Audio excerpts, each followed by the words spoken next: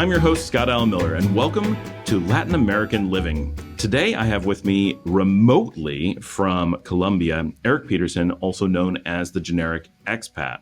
Today, we're going to be talking now his focus in general with his media, his YouTube channel, his content is very much on and in alignment with us here at Latin American Living of a pan-Latin American relocation and living and to some degree travel experience. But we are today, I'm going to be touching on the recent topic that just came up or its context with relocation within the Latin American sphere of the idea that many Canadians are suddenly really seriously looking at relocation options, and in the very specific case that Nicaragua, here in the middle of Latin America, came up as a very specific target to which they were potentially traveling to. And Eric has some experience with Canadians, of course, and with Nicaragua in general. So welcome him here to the podcast. Eric, great to have you here. Thanks so much for joining us. Thanks for having me, Scott. SAM, always good to be able to chat with you and just go ahead and riff on some interesting topics that we both know a lot about.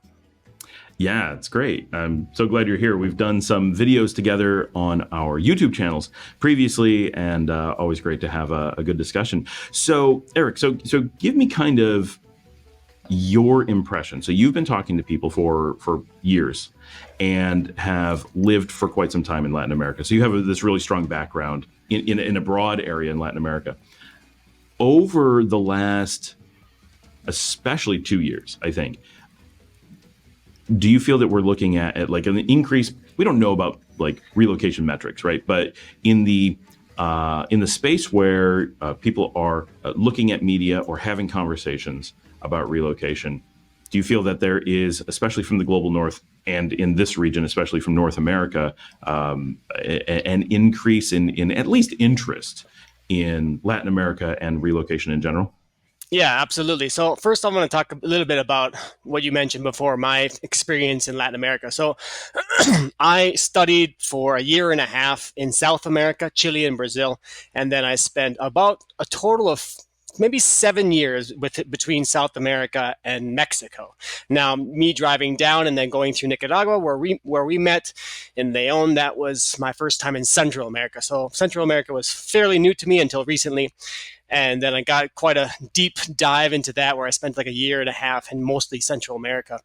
And yeah, I met a lot of Canadians. Actually, the most Canadians I met, the largest number, were, besides Nicaragua, was Costa Rica. And yeah, there were quite a few there. I mean, I've met quite a few as well in Mexico, and currently I'm in Colombia. So I haven't actually met any in Colombia now. I'm not sure if that's because it's a low number or because I'm not like, going directly seeking them out. So sure. In terms of Costa Rica, I was actually receiving my mom and my sister on vacation. So we went to a bunch of resort or nice like touristic areas, and that's where we bumped into them, which they were all really friendly, had a great time. And yeah, so it seems like it's just a general overall trend that North Americans are looking for places, especially because of the fact that there's so many people that are looking at retirement or are retiring or already retired. And that generation is the biggest generation in the history of the US, if I'm not mistaken. So Absolutely. This is a huge group of people, and they're looking to go somewhere and not have their money just evaporate, which basically is guaranteed in the US. If you're going to spend your days there, especially if you're going into a nursing home, it's gone. All the money you made in your entire life is going to be eaten up by that. And I don't have the statistics, but from what I'm seeing online and lots of people's comments about the current environment, the basically the not so much retirement, but getting old and having someone take care of you, that's insanely expensive. And those options are actually available in Central America. For example, in Guatemala, one of the first interviews I did was in Antigua, and I talked to a woman that actually opened up a center that wasn't exactly an area for like retirement or assisted living type of thing, but it was kind of in a way an area for elderly people to come live and basically share experiences with each other, kind of an older type of end of the higher age type of situation. Sure, So what we would call a senior living center. senior living, that's the one. So that's something I experienced firsthand as I saw that. And I'm like, oh, I didn't even know this existed in Latin America. I thought it was just a kind of America, a US thing. And I saw that in Guatemala and Antigua. I haven't seen any yet, but like I said, I haven't been thoroughly searching for it to see if it exists in other countries or not. But yeah, in an overall summary, I think it's a big part of, for my generation and for people between, whatever, like graduating and becoming, they're getting their first real job. A lot of people are becoming remote as well. So yeah, definitely. There's a lot of new movement. Of course, COVID is recent. We're only still. My years are going to slip past me. 3 years past the kind of the height of the pandemic, and there's a lot of people who are still remote from COVID or discovered that they could work remotely because of the COVID era, and then of course the regular group of people who always work remote, of course. But my impression is certainly that group getting out of COVID and getting away from the lockdown has started to have time to sit down and say, oh, now that this is an established pattern in my life, I have options that I may not have considered before. Some people like me who've been working remotely for a quarter century, the idea that I could pop off to, anywhere in the world and work was something I started doing a really long time ago. And so I've done it forever. But for people who are new to it, I think often they start with, I'm going to be remote. Now I'm working from home. And then they have that thought, ooh, I could move more towards the suburbs or more towards a small village. And then they say, wait a second, why did I move 5% down in cost of living? I had to pay, X amount, and I inched it down. Yeah, life is better. Oh, wait, I could cut it in half. I could cut 75% off. Like once that occurs to them, they're like, wait, what am I doing? Right. So I think actually a big part of what that age group you're talking about, a lot of them moved to Mexico City. Oh, Now, absolutely. I think that was around the COVID times when basically every company is like, we want you to work, but you need to work, and they all wanted to be in the same time zone. So a lot of them wanted to go to places like in your region where you are, Central America, Mexico, leaving to Europe and Asia. Especially with like COVID happening, it wasn't really a possibility. But yeah, you can just drive down through the border if the land borders were open or not. I'm not sure, but yeah, when they were open, you could just fly down, and you're 3, 4, 5 hours from whatever place in the U.S. basically you can be from.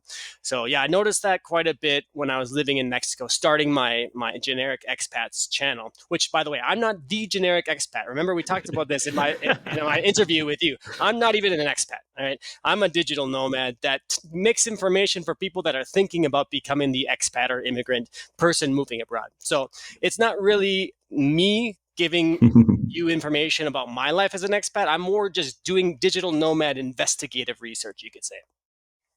Exactly. So anyways, that's my kind of point of view on that generation, is that the younger generation, they're definitely like easing into this like more common type of remote living, digital nomad, whatever type of living style. I actually had a video call, a consultation call with a man that is going to become a remote worker or a digital nomad, actually from Minnesota as well. I'm from Minnesota, right? So you and I both share that proximity to the Canadian border, very close. We're not part of the U.S. South where we're just super far away and we don't really have that connection. You and I, we both have that really close connection, and I'm like 4 or 5 hours from the border, which in the U.S. is close. And so yeah, this consultation call, he mentioned, oh yeah, I'm living in Florida, I'm from Minnesota, but I want to continue working, because he's I think I didn't get his age, but I think he might be in his 40s or something. And he mentioned that he is going to do this, and I gave him all the best advice I could give. And if anyone is interested in getting my perspective and a very, very concrete, detailed, but also personalized suggestions from me, you can check out my website, genericsworld.net, and then arrange a consultation video call if you want to talk about that with me. I think I have some value to offer. It might not be the best in the world, but it's some of the best you can get with my 7-8 years of experience in Latin America. Yeah, and certainly there are very, very few, and I've talked about this on some of my other channels. about your experience specifically being it's such an exciting thing, really, because you've put in the time living in a lot of places, or essentially living long term travel that truly, I mean, years in some locations, whereas I've seen many people attempting to be relocation experts for a place, and they've not even been there long enough to be considered living there or be considered they haven't become expats yet. Like, they're basically fresh off the boat. They just arrived from Australia or whatever, and they arrive in a new country. They've been there for a couple weeks, and they've like, okay, I've managed to rent an apartment. I don't know what I'm going to do for income. Oh, I'm going to be a relocation expert to this country. And you're like, you haven't bought a car, you haven't bought a house, you haven't paid your taxes, you haven't gotten residency, you don't know, you don't have no contacts, you have no scope. You're still in the, we'll be polite and call it the honeymoon period, but that window, and I'm just mentally preparing. I have for my private channel a video that's going to come out talking about the fresh off the boat period, where newbies to a new country are the target of every possible scam, and all the people who are just trying to raise the prices, like not gringo prices, but relocation prices. That just everything is super expensive when you don't have any idea where to go yet. And they're in that period. So many relocation services are these people who are like, oh, I just relocated. I failed at relocation. I don't know what I'm going to do to keep the lights on. So I'm going to look for other people who want to relocate. And your experience is so the polar opposite, that not only have you put in more time in places you've not lived than many relocation companies in those places have been there, but you've put in so much time across so many, so you have a comparison, which is Well, I really unique. appreciate that summary, Scott. So I'll give a quick detail of what you just mentioned to everyone. Sure. So I spent my first time abroad in Chile. I studied in Chile for one semester. I was there 6 months, not a full year. That was my first time living abroad. And then after that, I went to study in Brazil, and I spent a year in Brazil just studying. So those are my student experiences. And after that, I lived 5 years in Vietnam. That was my main like expat life, because I was living in a city for years. I lived in 3 different cities: Hanoi, Da Nang, and Saigon. And at that time, I was working actually in schools. I was teaching. I'm still a teacher, but I did that as personally in schools. And that was kind of like my longest and biggest trip, or longest time I've spent in one specific place. Besides that, I came back after I went back and forth actually to Brazil many times. And in summary, basically, I spent about 3 years in Brazil. I'm in Colombia now, so I'm close to 2 years in Colombia already. I've spent about 2 years in Mexico, about a year and a half in Peru, and the rest are just small amounts, like 1 or 2 months in other countries like Ecuador, Argentina, and other places. And of course, on my Plus, you trip, spent some time in Central America as well. so that's what I was getting to. Yeah, I forgot about that. So yeah, my current trip, my current channel is me detailing my life in videos, because before, when I did all this time in these countries, I didn't document. I wrote some pictures, I wrote some stories, or it was mostly on social media, on Facebook. I wrote like, oh, this is this place, and I posted a cool picture, and that was pretty much it, But now I'm trying to get as detailed as possible, give as much value as possible from my experiences. And yeah, so I did 6 months in Mexico when I started this video project, and then I did every country. I did minimum 5 weeks. So I think the shortest amount of time I spent was in Honduras, because of that CA4 visa is so complicated, and I wanted to spend. I spent like 10 weeks in Guatemala. I loved Guatemala. Mm-hmm. And so, yeah, I spent like 2.5 months there, which my plan was to spend around 6 weeks in each. So yeah, I did 10 months in Guatemala, and then El Salvador, I went for 6 weeks, I think, or 4. And then I ended up flying out, going to Peru, and then flying back back to El Salvador. Keep in mind, I am doing this on my motorcycle. So it's not like I'm going around on buses or planes or anything. That one flight was just something, a side trip I did, a business trip. And then I flew back, and then I did Honduras for about 5 weeks, like I mentioned. And then Nicaragua was next, 6 weeks, I believe I had or 8 weeks was it.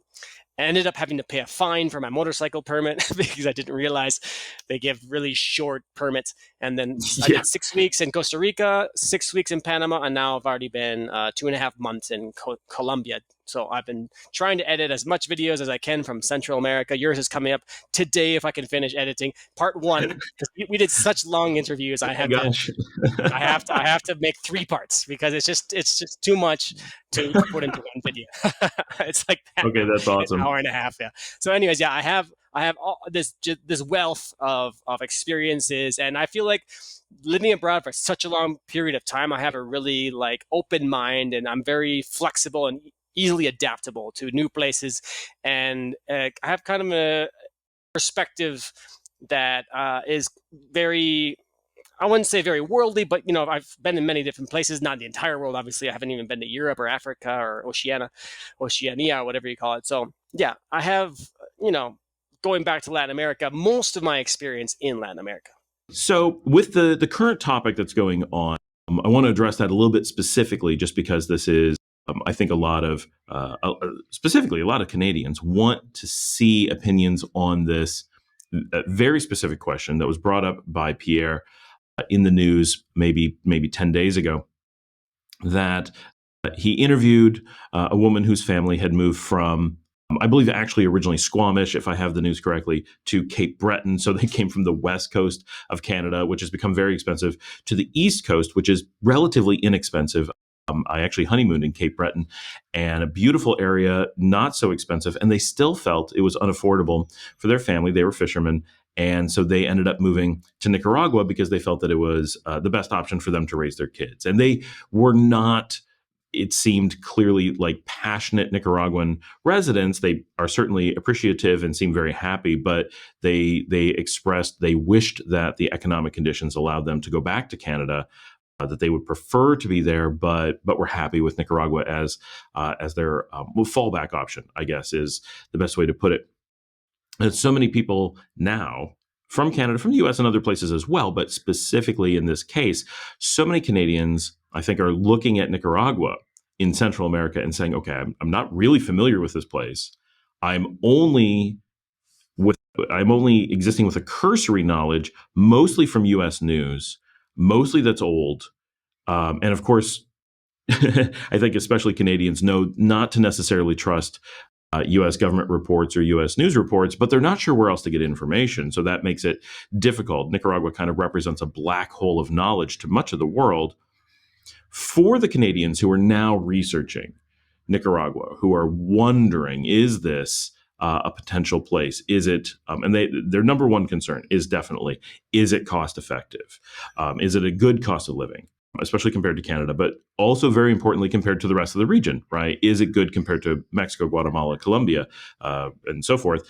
And is it safe?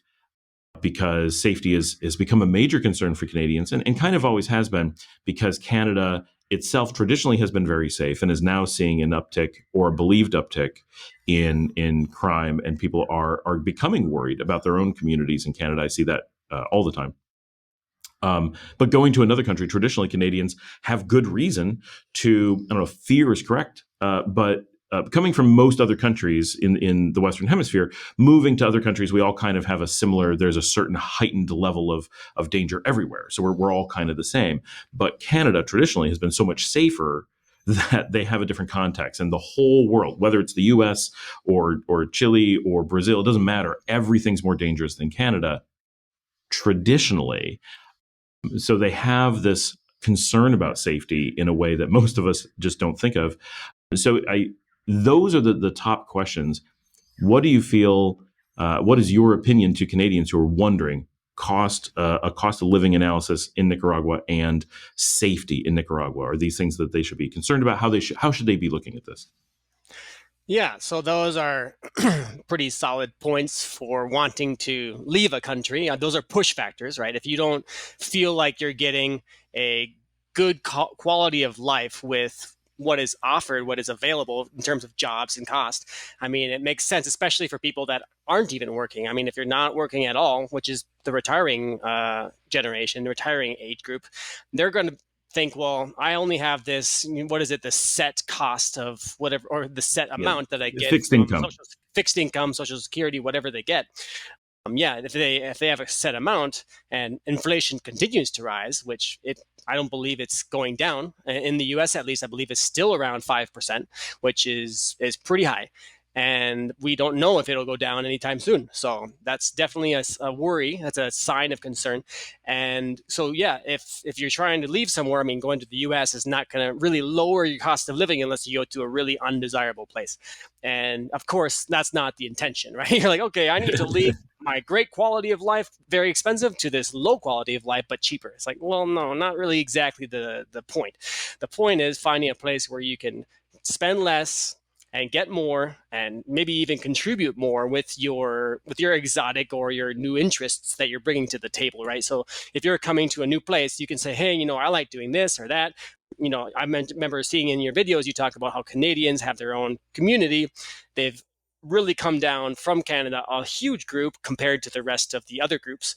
If I'm not mistaken, you said Canadians are the biggest expat groups? In Nicaragua specifically, Nicaragua. yes, Yeah. Canadians have long represented the primary, and closely followed by the U.S., of course, but very unique for the region. And not necessarily do all people think about this, but the United States has almost exactly 10 times the population of Canada, and this is very difficult because they're big countries that are so close. So this is difficult to say, but the median distance for an American to come to Nicaragua and the median distance for a Canadian is very roughly half. So you have 10 times as many people, half the distance away than Canadians. And so most everywhere in the region, from Mexico to Panama at least, is dominated for very obvious reasons by American expats. They simply represent the population in proximity to those countries. Canada being a little bit farther away, but not having an alternative that's closer. So it doesn't matter, the proximity doesn't matter as much. But with only 1/10 the population, generally are a small background number of expats compared to Americans in any country in the region. But in Nicaragua, they stand out specifically that the American ratio is lower than average, and that, whether that's a driving factor or just has left the door open, Canadians have filled that gap and are the primary expats living in Nicaragua. I actually, when I lived in Vietnam, I had the same environment when I lived in Hanoi. So I lived in the two major cities. Hanoi was the area that was never colonized by the U.S. South. Saigon was the U.S. South, right? The U.S. took over, and that was the Americanized South. And then I lived there, and the majority of the expats were from the U.S. And I was like, this is interesting. I went there on vacation on my first time. And I was like, wow, there's so many Americans here. Well, I guess it makes sense. It used to be part of America, or was a colony or whatever. And then when you go up to the north in Hanoi, that was the most curious part. And that was the first place I lived in Vietnam, because it was mostly British and Scottish. And I was like, wait, Americans are minority here? What a curious detail. Like, I wasn't expecting, half and half to be completely different. So yeah, when you bring up Nicaragua having more Canadians, I mean, it totally makes sense due to the history of the U.S. basically having these problems with Nicaragua. Same thing with Hanoi, the U.S. having these problems with northern Vietnam. They have the same kind of situation where it's the undesirable place for Americans because of, I guess, our history doesn't promote it. And that's kind of the situation with Nicaragua. Yeah. Well, even in popular American culture, we have a romanticized vision of Saigon, right? Maybe because of the musical, right? But Saigon has this very iconic in cinema, in music, in popular culture, especially if you're like my age, where all that was very recent. And Hanoi may have, we know it well, but it was the place we never went, of course. And so it's not in the same in popular culture. It's just this far off place that was scary. And so it represents kind of a fearful place. So that makes sense, I think, coming from the United States. But it's very interesting that just that division of the country is so dramatic. And of course, Vietnam ended, and the U.S. shifted immediately forces to Nicaragua, which a lot of people studying Latin America don't look at it in that context, that America came out of Vietnam and immediately, having lost Vietnam, went immediately into Nicaragua, which they had been in, but it had not been a significant theater of war prior to the end of Vietnam. And there was a little gap there. Like, I'm not saying it was like the same day and they went straight, but it was very close in time. It was like just a couple of years, and they were like, okay, we're not actively engaged somewhere. We have resources. And so those resources went to Nicaragua, and then they lost in Nicaragua by 1979. But so in both cases, those wars were fought in or leading up to the 1970s and ended in the 1970s. And so very specifically, not just because of their history with the U.S. and the West, and not just because of their latitudes being incredibly similar, right? Nicaragua and Vietnam could basically film movies about each other very, very realistically. They look like the same place if you build structures and ship the populations back and forth. You could fool most cinematographers. But also their moment in time in fighting for their own freedom sits in history together, and I think in the long view of history will be seen as kind of a combined thing, because in some ways I think they are.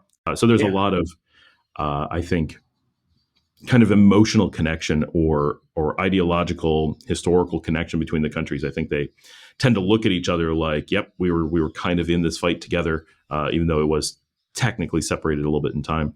It's very interesting. I didn't even didn't see the proximity in the history of those two places. Very, very interesting. And that's of course, that's with our country. So getting back to Canada, they don't actually have that same history as far as I know. My knowledge doesn't show that they were really involved as much or to that same degree. And not really at all in either. It's a very separate thing, which to jump in, I think is really significant for Canadians, that, and they may not think about this. And I just had an interview, which is coming up after this, with Jeff Bramwell, who is Canadian and is a major, one of the biggest investors, and possibly the largest landholder in Nicaragua. And he mentioned that Canadians actually don't avoid Americans, in his opinion. That's not a thing that they do. But of course, there are factors like there aren't Americans here. There's also not that many Canadians. Canadians come in, he thinks, because there's a vacuum, because they want to get to know Nicaragua. They're more wanting to integrate than Americans. Americans have a tendency, American culture pushes Americans towards enclaves abroad, and Canadian culture pushes them towards integration abroad. Just two different ways of two different worldviews that just kind of play out in large populations. But his opinion and the things that I think we see are the lack of Canadian engagement in those things that were so significant for the United States makes just naturally a Canadian's interaction or view of those countries so incredibly different, because they see it as an outside viewer to something that both you and I as Americans and Nicaraguans see from an inside view. And so they just have such a different interaction with both the U.S. and Nicaragua because of that. Very interesting. I didn't think about those points of view as well. Very, very nice. So obviously cost of living here in Nicaragua, very strong, right? It's one of the lowest costs of living. We generally, and I don't know how accurate this is, but we generally compare it to Colombia as the two leaders in general cost of living. I know Paraguay competes really well, but Colombia generally outpaces everyone in South America. Nicaragua generally outpaces everyone in North America, both for, and someone's going to fact check me on this and get me, but in general, Nicaragua has North America's strongest purchasing power parity, and I believe that Colombia actually might be even stronger.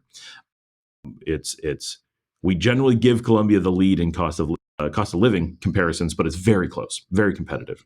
So I'll jump That in would, here and I'll yeah. mention a little bit about my trip down because I was battling with the change in currency and the change in prices of everything as I went from Mexico all the way down here to Colombia. Yeah. Currently in Colombia, and the Colombian peso is very unstable. So that's one thing about currencies and about Nicaragua that actually is quite a bit nicer because it's pegged, right? It's pegged to the dollar or pegged to whatever. Yes. Whereas the Colombian peso is very wild. I mean, it was It's a free float. 5,000. It was free floating. It was 5,000 pesos to the dollar a year ago. Now it's 3,800, a massith difference. Quite a bit Wow. more expensive than before, but it's still very, very cheap. So, I mean, when it was 5,000, it was insanely cheap for anyone with dollars, US dollars. So, yeah, Colombia definitely seems to be, when I compare it back to all these other countries I've been to in this past 2 years on this trip. I mean, I've spent a lot of time in Mexico before I knew, but that's also another currency that's just very wild. I mean, it was at Yep. 21.20 the first time I went there to the dollar. Now it's been up and down between 16 and 18. Now with the new president, it kind of bumped up a little bit. And so yeah, cost of living in Mexico, if the peso continues to stay strong, is not going to be super favorable for anyone from the US or Canada. Unless you go to very unknown, less touristy or less popular Right. places. I Right. mean, places like Cancun are super expensive. Puerto Vallarta is also, especially for accommodation in most of these places, just super expensive. I did meet Well, and actually probably. it's worth Go ahead. noting real quickly. Our producer of this show, Valentina, is a Mexican expat living in Argentina because Mexico got so expensive that it's just Mexico. Mexicans living in Mexico are in the same boat as Americans and Canadians. That expatting to much of Latin America is actually becoming very attractive because Mexico's just has such a powerful economy and great for Mexico, right? If you're there and you're a business person and you're able to reap the benefits of that powerful economy right now, they're just doing fantastic. So kudos to them. But it is moving Mexicans very oddly into the boat of being powerful spenders throughout much of the region. Yeah, right. I didn't realize that was happening. That's one of the few times I've heard. I mean, I've seen and met many Latin Americans that have moved to Asia because Asia is actually a version of Latin America that is, in general, far safer, far cheaper. And if you get certain jobs, you can get paid pretty well comparatively to the Latin American wages available. So I actually met Guatemalans. I met tons of Mexicans in Vietnam when I lived there, which I was like, Mhm. oh, I was like, just like Colombians. I have a good Colombian friend from Bogota or Bucaramanga, I can't remember, but I met her in Hanoi as well. And just so many friends have left Latin America for that same reason. Oh, better opportunities, maybe safer, all of the main points that are very important for moving abroad that ticked all of their boxes, right? They say, okay, Mhm. lower cost of living. I mean, I'm in the like low cost of living country, but it's cheaper. Oh my God, and okay, safe, much safer. I mean, most places are safer than Latin America, according to statistics. I mean, these are all things that you have to keep in consideration because these statistics are not generally what you should concern yourself about because they are generally for what people involved in mafia or drug related work should concern themselves about because we have Sure. basically no reason to be concerned about this homicide rate in Mexico, for example. I've spent 2 years in Mexico and I didn't feel really scared or like any concern except for one specific time in Cancun. Cancun's a bit dangerous in my point of view. I would agree. Yeah. So I definitely wouldn't suggest Cancun for a place to become an expat, both because of the dangers and the cost of living. Overall, I just think it's beautiful for vacation. I think that's it. So yeah, when it comes to statistics, statistically, Asia is safer, and statistically, because of all the recorded, gang violence, Latin America statistically is more dangerous. However, will that affect you and I?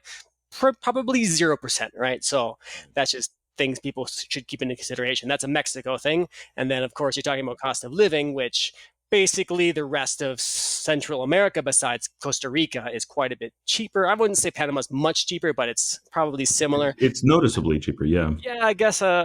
Now come to think about it, yeah, it's because I remember when I was in Mexico back coming through. I mean, I always the main way I look at cost of living for a country is comparing the cost of a standard almuerzo, lunch, and the standard lunch of just a regular place, not just fancy, not like the cheapest, just the average place. Yeah, I could find that in Panama for $4. Mm-hmm. 350 450 was the standard price, 350 to 450, which is quite low price. And then in Mexico, I mean, now with the peso so strong as well, it's probably at $6 or more. So like around 80 pesos or 100 pesos is pretty standard. Mm-hmm. So yeah, it's just kind of one of those things where things are constantly moving. It's a free flow. You never know if Mexican peso, for example, if Trump is elected in the U.S., when Trump was elected in the U.S. in 2000, was it 16, right? 16, yep. When he was elected, the peso jumped from like 16 or 17 to 21. I mean, it did a huge jump. So that could possibly happen again, which would make Mexico like low cost again. Yep. So you don't really know what will happen. But as for Nicaragua, which you're mentioning with Canada as well, Nicaragua has that pegged currency. Right. For those who don't know, the Cordoba, the national currency here in Nicaragua, is pegged by the government on what's called a creeping peg. Now, this is modified a little bit, but it is essentially the government sets a schedule for a movement of the peg. So we have a built-in very small amount of inflation, 1.5%, that moves over a period of time. And so on a set schedule, you can predict this, so people will exchange money and do things to prepare for the peg to change, and the national bank will move. So, for example, we were at 36.5 Cordoba to the dollar, and about, I want to say 2 years ago, year and a half ago, on a schedule, they moved to 37 to the dollar. But they give you months of warning, and when U.S. inflation became higher than normal, because Nicaragua wants a certain level of inflation. So they do the creeping peg to guarantee that inflation happens. When the U.S. experienced higher inflation, Nicaragua put out a national bank notice that the creeping peg was being suspended and it was being held at a normal peg indefinitely until inflation returned. And so we've held at 37 far longer than expected because we're absorbing the additional U.S. inflation. So the nice thing is that using this system, we're very interesting. So I'm a Wall Street foreign exchange trader, right, as a career. And I actually represented the U.S. dollar on the technology side on Wall Street for 10 years. So currency is very interesting to me and something I'm kind of passionate about, even though I don't trade it actively now. The movement of the Cordoba, because it has this built-in creeping peg that they can suspend, they're able to, with relative ease, adjust for normal changes within the US dollar in a really elegant way that allows the country to operate on dual currency and allows the country to deal with inflation issues abroad relatively well. And it actually kind of works out kind of brilliantly. And a lot of people think, well, built-in inflation, that sounds bad. But from an economic standpoint, you really need inflation. You actually should be really scared of deflation, which is what China has faced recently. That's a terrible thing. And people don't realize when you take out a bank loan and you're like, okay, over time, like I have a mortgage and that, I'm paying $2,000 a month on my mortgage. And right now, it's all I can do to pay it. But when in 30 years from now, 2,000 with inflation, 2,000 is going to be not that much. My salary is going to go up. This is going to be, they don't realize, they don't think about, no one ever articulates this. If you don't have inflation, if you had zero inflation, that $2,000 a month would be just as painful in 30 years as it is today. And if you have deflation, like China's facing, people's mortgage payments, people's loan payments are exploding. They may owe the equivalent of 20% more. That would be extreme. But they may owe 5 to 10% more per month rather than less per month. And that is terrifying because you don't know. You may be like at your limit and people think, well, but with inflation, eventually I'll be okay. And now with deflation or flat rate, you're like anything goes wrong and you have no buffer. So inflation is actually pretty important for the way a lot of the economy works. And Nicaragua also has this unique position of being, because of the peg, like Panama, which is a 1-to-1 peg, and Ecuador, which is just on the dollar. Nicaragua has this peg, which means that the national bank will always exchange your currency at exactly the rate, plus whatever fee you have to pay for the transaction. So it really never drifts, even if you're on the street, even if you're doing it abroad, because they can always go to the national bank. So you only ever have a difference that is covered by the convenience factor. I don't want to go to the bank. I'll pay slightly more to do it at the airport, right? Okay, but it'll never drift a lot because at some point people just go, I'm not going to do it at the airport. I'm going to go to the street and get it for 37. Because of that, every business is able to know what the exchange is, rock solid. They don't have to look it up or anything. So everyone's able to take dual currencies, and Nicaragua officially recognizes the US dollar as legal in the country. So you're able to do this completely transparent back and forth and pay for nearly everything in either currency. And what people also don't typically think about is that the bank accounts in Nicaragua actually can be opened in US dollars or in Cordoba, not in both. That would be weird and cause all kinds of problems. Your money would suddenly change with the peg. But in most countries, you're not allowed to or able to open a foreign currency bank account. You have one currency, that's what you can work with. If you're in Colombia, you can open a bank account in pesos. And yes, you're allowed to have dollars, but mostly that's carried around in cash. Or have it in a foreign bank. But in Nicaragua, you can go to any bank in Nicaragua, and when you open a bank account, you have to select which currency you're going to open that account with, and businesses universally have two accounts. Well, it sounds like there's a lot of convenience of going to Nicaragua for that point, huh? It's convenient and it's good for the economy. It does work really well. Of course, being in some place like, Guatemala, where they just have quetzales and there's one currency, it floats. So that makes for someone who's coming with foreign currency. And of course, Nicaragua is better for Americans because Canadians are still like, that's neither of those is my currency, right? So that's frustrating for Canadians, but they face that everywhere. There's nobody that I know of that's sharing the Canadian currency, but the free floaters like the quetzales in Guatemala, you have a little bit more economic power. That when things are good, like you can leverage those differences a little bit more strongly, but it takes a little bit more effort to do so. And dealing with ATMs can be very frustrating because you can't go get US dollars when you need them.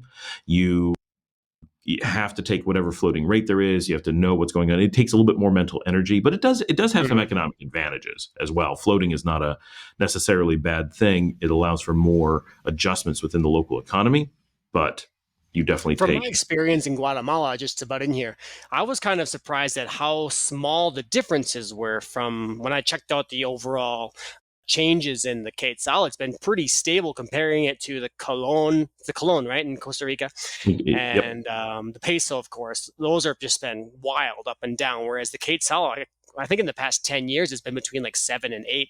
So it's been like quite stable comparatively. But yeah, Guatemala definitely, you have to take out that local currency, and there's a lot of just paying in cash, which is Colombia exactly the same. I mean, paying with a card here, you can do it in supermarkets like Éxito, which is like, I don't know, the equivalent of Colonia. What's it called?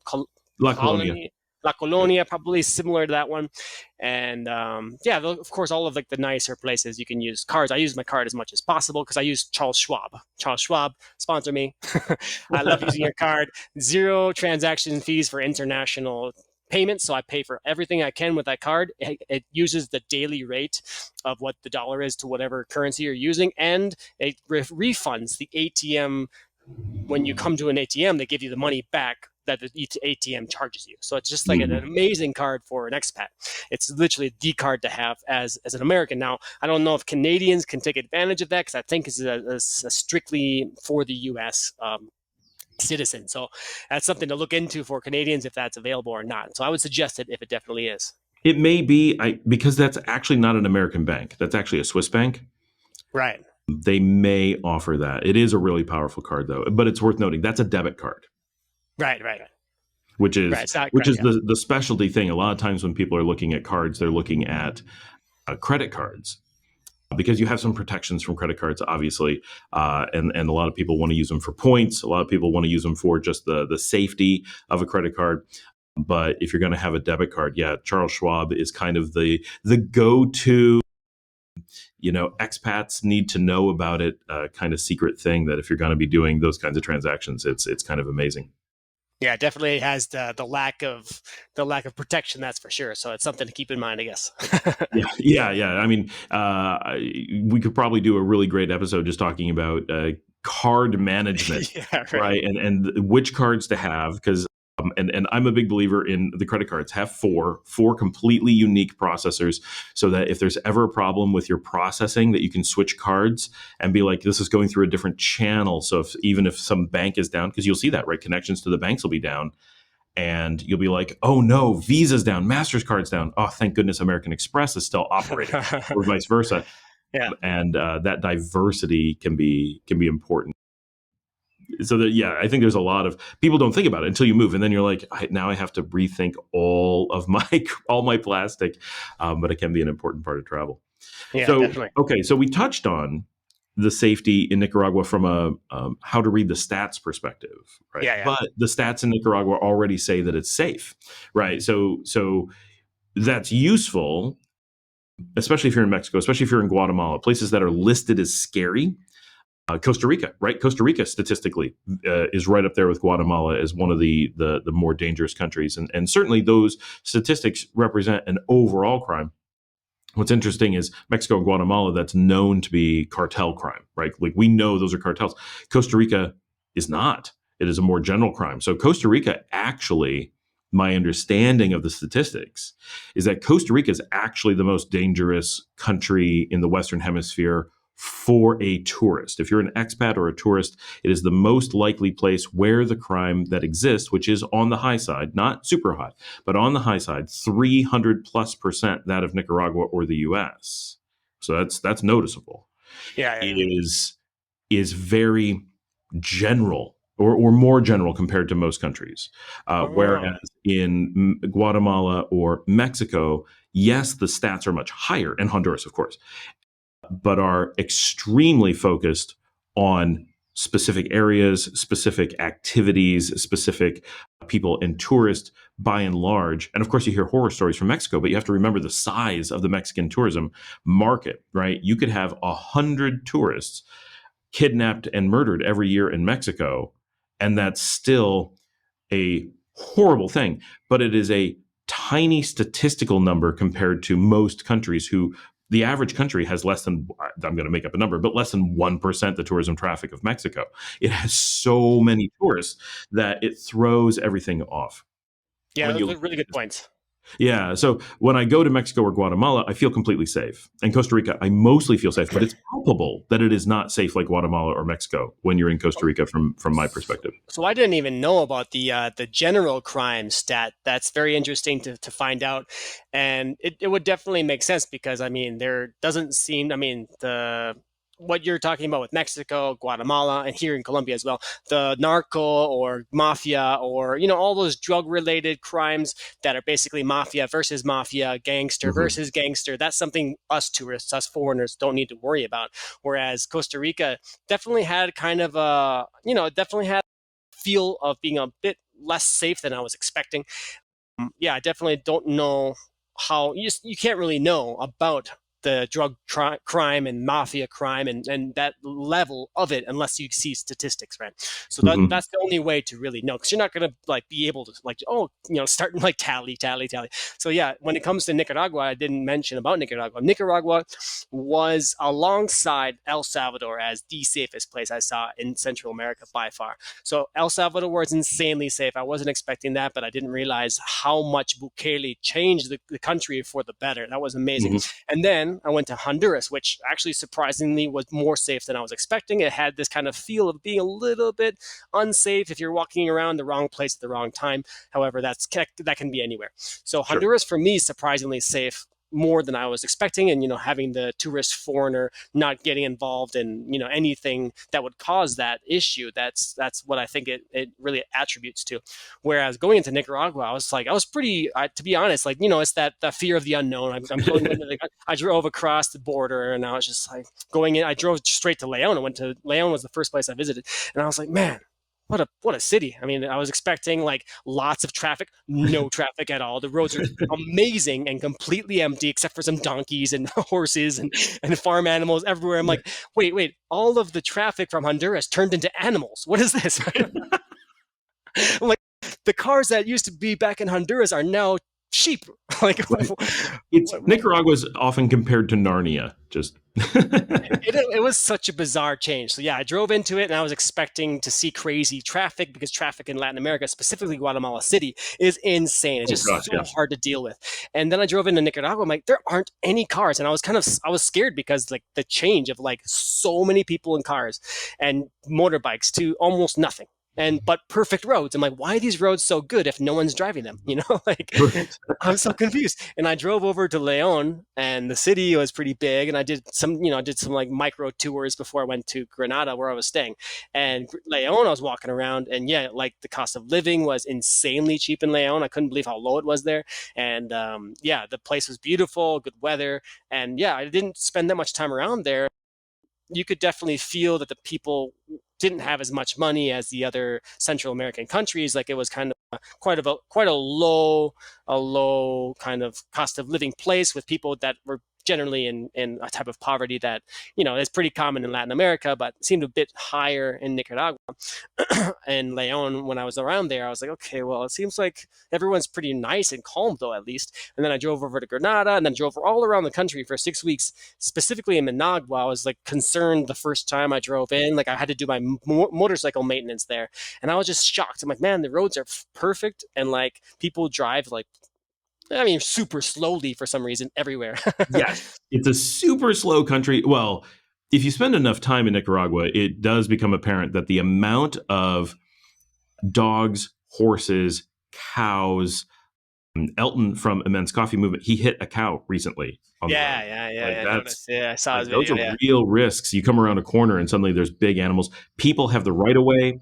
I was out on the road last night, like 8 people standing in the middle of the road in like an intersection in at dusk. So the visibility wasn't excellent.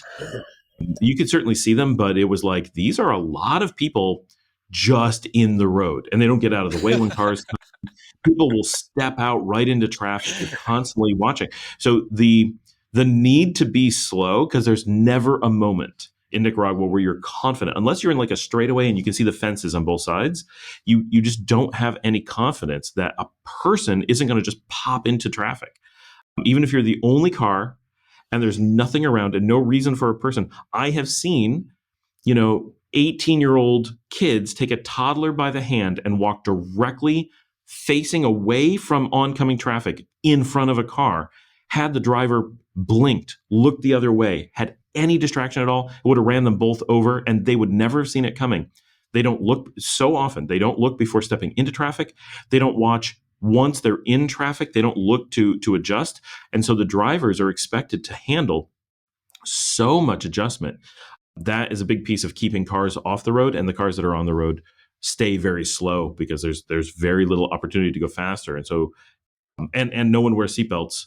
And a lot of and on the motorcycles, people don't wear their helmets. They'll put them on their arms. They're required, but the law doesn't say on your head. It just says you have to wear it. So they'll wear it on their arm. They'll wear it on top, facing backwards, just leaning on. I don't. There's a very real, I don't know, distrust of safety mechanisms in vehicles. I don't know how to explain it, but self-preservation is very low, It and so could it's all also on the be drivers. the point that you brought up in the beginning, which is maybe they're just so accustomed to having such a safe country. In Mhm. general, Nicaragua is so incredibly safe. Like I was walking around, driving around in Managua, which you would think, oh, you hear about Managua, you think about Managua, the history of, Managua or just Nicaragua, and you're thinking, okay, well, there must be dangerous places. Like the capital is generally where the dangerous places are. And you Sure. walk around there, you do tons of just walkarounds, right? And it's just Yeah, in completely safe everywhere, and it's just insanely high how the sense of security is. And yeah, exactly. So if perhaps that's just something that that goes right to the core of the locals, that they think, well, my country is so safe, why even look behind me? Because people are generally looking out for me. People are in general not trying to do any harm to me, because that's just how safe Nicaragua is. That's true. That's true. It's funny doing the walkarounds. I get regular comments on my own channel because, for those who don't know, I'm a YouTuber in Nicaragua as well, and I will get these comments. Well, okay, but you're in this safe place, right? And of course, I'm in a place that someone said was so dangerous already. Oh, don't go to Guadalupe. That's dangerous. So I walk around Guadalupe, and then someone will be like, oh, well, that's not Barrio Venezuela. And then I'll be driving through Barrio Venezuela, and I'll ask someone, I'm like, we're in Venezuela, right? I'm like, yeah. I'm like, this is the place people are scared of. Like, I understand it's not like luxury condos or anything, but I'm like, I would get out and eat at these restaurants. If you didn't tell me I was in a scary part of the city, I would never guess that this is what you considered a scary part of the city. I'm from upstate New York, rural upstate New York. Our local cities are way scarier than the worst barrios of Managua. Like, are you kidding? There is no part of my home city of Rochester, New York, that is anywhere close to as safe as the worst barrios of Managua. Like, it's so disparate. Yeah, it's a funny thing. Well, Actually, bringing that up, I just want to compare quickly my yeah. hometown. I'm Oh, actually yeah. from I'm from the countryside, so I'm not even from a city. But the city I studied in, I did most of my university studies, is called St. Cloud, and it's actually not very safe at the moment, and it's considered to be. I mean, Minnesota in general it's kind of a safe-ish place, but there are some cities. I think my city is really like, I think this lack of safety that the Canadians that are mentioning happening in Canada, this is actually also happening in Minnesota. And I think it's actually happened in my city. I mean, I graduated just as the city, like the demographics were changing quite a bit. And it was kind of a more traditional, like, first, like third generation white type of climate.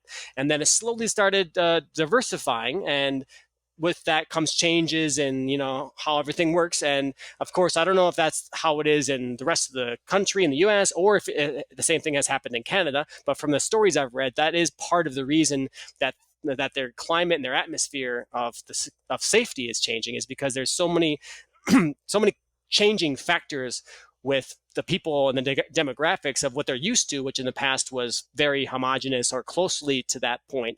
And Mhm. now it's becoming far more diverse, and with diversity brings challenges. So I think perhaps that's part of the reason why a lot of people are sensing this change in the atmosphere. And when you look at Nicaragua, it's pretty homogenous. I mean, the place itself does not have a huge amount of diversity, doesn't have much immigration, I guess, besides like the expats from Canada, I guess, from what you mentioned. Yeah, Nicaragua does benefit from a high degree of homogeny, although it does have two different regions, but it's two very homogenous regions. And I do think that creates, and people don't really necessarily think about this. I mean, Canadians kind of think about it. They're like, okay, we have a lot of new people, and now we feel like there's the Canadian families who've been here for a long time, and there's new people, and not everyone wants it to be the same, and that creates some, at least, impressions of conflict. Nicaragua does have this highly homogenous, we're all in this together, all my neighbors are my neighbors feeling, and they're super welcoming to expats, as most places are, right? One of the things that most travelers say when you're like a world traveler and you're really out there, every country has nice people and good food, right? Like, they're nice in different ways. Some people are like super formal, some are super casual, some want to So bring you can I in. can I butt in here quickly? Sorry to Absolutely, cut you yeah. out, because that is definitely a truth up to a certain point in my point of view. Because Mhm. when you go to places that are super exploited for tourism, Cancun, Puerto Vallarta, Mexico City right now, Medellin, Colombia. I mean, there comes a point when the city gets to a tipping point where they're like, Mhm. well, we've been welcoming these guests and these foreigners and blah, blah, blah for so many years, but we see the negatives that some of them bring, and that changes our perspective. So actually, to me, like, I actually, when I'm doing this video series, I'm looking for cities that are not exactly the number one. I mean, I'm going to the number one expat hubs. For example, I'm going to be doing lots of content in Medellin, but I felt in Medellin this kind of push feeling from the locals that I didn't feel 4 years ago and 5 years ago. I lived in Medellin Mm. 2019, 2020, Mhm. and it was far less tourism, far more of a relaxed kind of mixed vibe. Whereas now it's such a heavy tourism place. I think it's even, Colombia might be getting to the levels of tourism that Mexico is at, which is insane, which is insanely high. And so, yeah, sorry to butt in here, but Yeah, that's yeah. kind of my perspective, is that basically you do have this feeling in 99% of the times, but there are these like super hubs where either the locals that live there that don't work in tourism, they're like, okay, all these tourists are making, clogging my streets. They're maybe like, making a mess with whatever trash or whatever parties they're doing or whatever, or they're making things more expensive. There's all these, reasons for complaining or for not being happy with our presence or foreigners' presence. Whereas in smaller cities or less touristy places, for example, where I am now, Pereira, I mean, it's just not a place foreigners come. And when people see me, they're like, and having that kind of exotic interaction with the locals for me is kind of a benefit I want in living abroad. I don't want to be one of the thousands or millions or whatever it is that move to these specific places to have their enclave type of lifestyle. So yeah, definitely I agree to a certain point that generally foreigner or locals in these countries like Nicaragua or Colombia where I'm at, they love seeing you as long as the history of that city hasn't been super overexploited. Mm-hmm. Oh, that makes a lot of sense, of course. And we see the same thing in Nicaragua, of course, on a much smaller scale, right? Because tourism is relatively low here. But Granada, the tourist center, and San Juan del Sur, which even though it's not the biggest tourist center, is almost completely tourist, you feel a very different experience than if you go out to a Managua, Leon, Matagalpa, where there's relatively few tourists, but they're still used to them, and it is a different feeling, that's for sure. Well, Eric, we're kind of out of time here. Thank you so much for joining us. This is fantastic that you were able to make time for the show, and welcome to the first actual interview here on Latin American Living. It's really cool to be kicking this off, and I think a very good start to this, and hopefully we have you back soon. That would be fantastic. Good luck on everything you have going on in Colombia. We're going to pop up information about your channel as well. Make sure we're going to put that in the show notes and on for the people who do get video on this, because a lot of people just get audio. Got it. Scott, I just wanted to mention for all the people, if they can log into my channel, I'm going to be releasing our first conversation when we first met in Leon, which is quite a while ago, like 6 months ago or 4 months ago, whatever it was. That's going to be part 1 is going to be coming up, so people can watch us if they're only listening to the audio format, or if they want to watch this and then watch another conversation we had specifically about your story, which I think is far more interesting than my story. I talked mostly about myself this time. So if you're interested in Scott's story that I was able to ask questions from him, go ahead, check out that part 1 on GenERICexpats. All right. And that's on YouTube, GenERICexpats. That's on YouTube. Yep. YouTube. All right. Well, thank you everyone for joining us on our first interview podcast on Latin American Living. We will be coming up very shortly with an interview with Jeff Bramwell of Playa Tesoro Investments here in Nicaragua, talking as well with a different perspective of a Canadian who has long ago moved to Nicaragua and has a perspective of someone from Canada who has put in a lot of time in Nicaragua, is passionate about it, and has some unique perspectives on the current situation and the future of expatting within the region. Eric, thanks again, and thanks everyone for joining us. Thanks, Scott.